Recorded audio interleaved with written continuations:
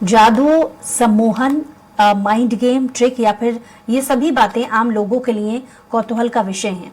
एक तरह से ये लोगों का मनोरंजन भी करते हैं, वहीं लोगों को हैरत में भी डाल देते हैं।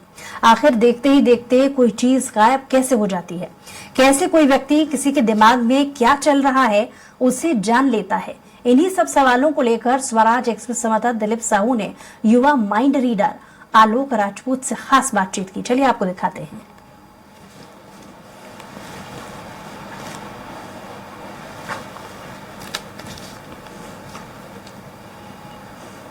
लोगों की दिमाग पढ़ना एक अलग सी कला है और ये हर लोगों की बस की बात नहीं। हम आमतौर पर देख रहे हैं अभी दिनचर्या में, चाहे बागेश्वर धाम वाले पंडित धीरेन्द्र शास्त्री की बात करें या फिर किसी और की बात करें, तो इस तरह से बहुत सारे लोग हैं जो लोगों के दिमाग को पढ़कर बहुत सारी बातें बता देती है। इसी कड़ी में हमारे साथ रायपुर में हमारे युवा साथी आलोक राजपूत जी हैं।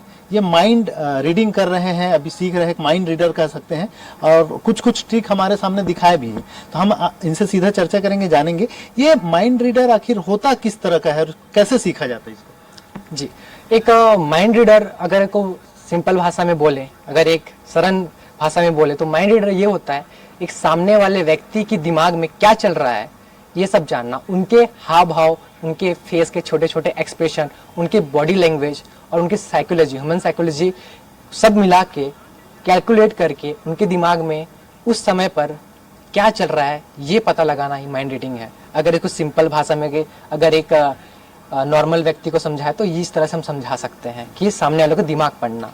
एक आम युवा या एक आम व्यक्ति अगर सीखना चाहे, जानना चाहे माइंड रीडिंग वाला ये जो ट्रिक है जो आप करते हैं, तो वो कैसे सीख पाएगा? इसके लिए किस तरह के प्रैक्टिस की जरूरत है?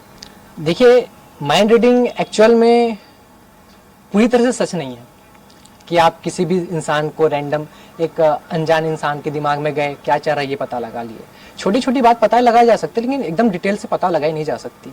पूरी तरह से ये सच नहीं है, ये कला है और एक सिर्फ कला है। इसे हम कोई भी इंसान सीख सकता है। जैसे बहुत सारे बुक्स है, जैसे एक बुक्स है James Bond and cold reading करके, James Bond and cold reading एक बुक है जो इंग्लिश में प्रसारित है।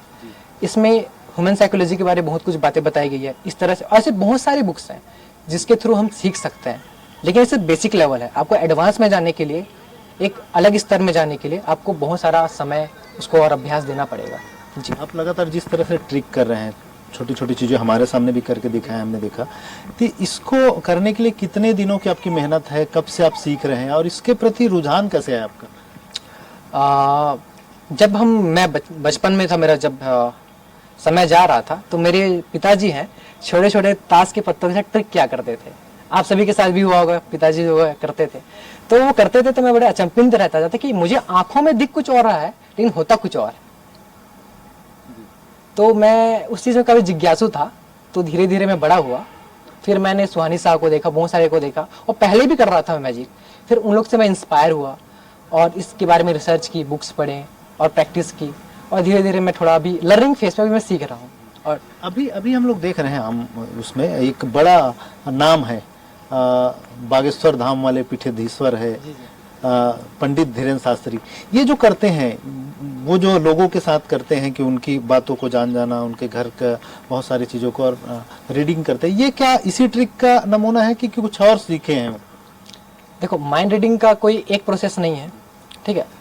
अलग अलग थॉट जो सोच रहे हैं उसका अलग अलग, जैसे मैं तो एक ट्रिक करता हूँ, एक आर्ट है ये, तो मेरा अलग है। लेकिन जो बागेश्वर जी बाबा हैं उनके वो तो उनका एक सिद्धि है। मेरा कहना है कि वो कुछ एक्सट्रीम लेवल पे करते हैं, वो सिद्धि है एक तरह से जो हर इंसान नहीं पा सकता। एक सिद्ध ईश्वरी ज्ञान भी होता है क्या कि कुछ बोलते हैं ईश्वरी शक्ति है जिसकी वजह से कर पा रहे हैं, कुछ जादू उनके अंदर ईश्वरी ज्ञान है, या फिर ये ट्रिक को ही उन्होंने बहुत अच्छे ढंग से उसको और मेहनत करके ये चीजें अर्जित की?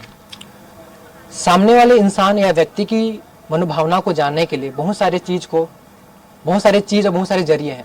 जैसे कि मैंने कुछ जब डीप में मैं पढ़ाई कर रहा था इस बारे में, तो मैंने बहुत सारे मेथड देखे सामने वाले इंसान को कैसे जाना जाए कि सामने वाले इंसान के दिमाग में क्या चल रहा है। तो मैंने सबसे पहले जाना कि एक ब्लैक मैजिक के थ्रू, फिर मैजिक के थ्रू भी जाना सकता है। जैसे गंड पिशानी साधना होता है, जिसमें हम एक पिशाचनी को सीखते हैं, फिर सिद्ध करते हैं, फिर वो बता देती है सामने वाले के इंसान के दिमाग में क्या चल रहा है। ये गांव में बहुत प्रचलित है और ये चीज़ एक्चुअल में होता है, लेकिन शहर में उतना प्रचलित नहीं है। दूसरा है कि हम सकारात्मक वैसे या फिर भगवान की पूजा अर्चना करके, मुझे इसके बारे में ज़्यादा ज्ञान नहीं है, लेकिन जितना भी ऊपर ऊपर पता है बता सकता हूँ। एक तरह से सिद्धि है।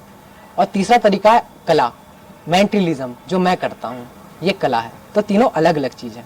अभी इसका प्रदर्शन आप कुछ कॉलेजों में भी कर रहे हैं, क्या आगे चल के इसको कैरियर के रूप में या लोगों के बीच जाएंगे, लेके जाएंगे, किस तरह का है आपका सोच? फिलहाल तो मैंने नहीं सोचा है, मैंने बिल्कुल रैंडमली स्टार्ट किया था। और मैंने जब कॉलेज में परफॉर्म किया था वो मैं काफ़ी नर्वस था, उतने अच्छे से परफॉर्म भी नहीं कर पाया। लेकिन फिर मैं अपने आप के ऊपर काम किया और लोगों के सामने, नए नए लोगों के सामने अभी दिखा रहे हैं। जैसे आप मिले, आपके सामने दिखाया मैंने, तो अपने आप को भी मैं निखार रहा हूँ। अगर मैं कुछ अच्छे तरीके से एक अच्छे स्तर पे पहुँच जाता हूँ तो मैं ज़रूर चाहूँगा कि एक मेरा इसके ऊपर करियर देखूँ, लेकिन फ़िलहाल तो मैंने ऐसा कभी नहीं सोचा है। बिल्कुल, शुक्रिया। तो ये थे माइंड रीडर अतुल राजपूत जी, आलोक राजपूत जी।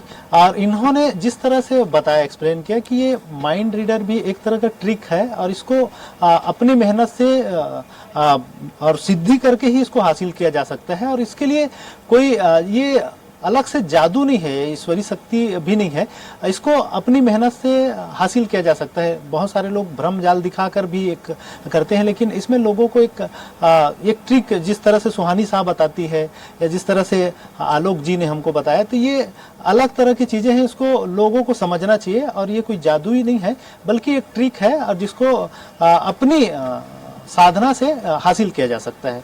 लेकिन इसे करियर के रूप में किस तरह से बनाएंगे ये अलग चीज़ है। लेकिन आलोक जी ने जो चीज़ें हमारे साथ करके दिखाया, ये कहीं ना कहीं सराहनीय है। और निश्चित तौर पे बहुत कम उम्र में इन्होंने वो मुकाम हासिल कर लिया है जो आगे चल के इन्हें एक बतौर माइंड रीडर भी सेट करेंगे। हम हमारी तरफ से इनके लिए, इनके उज्जवल भविष्य के लिए शुभकामनाएं। कैमरा पर्सन भूपेंद्र के साथ स्वराज एक्सप्रेस के लिए रायपुर से दिलीप साहू।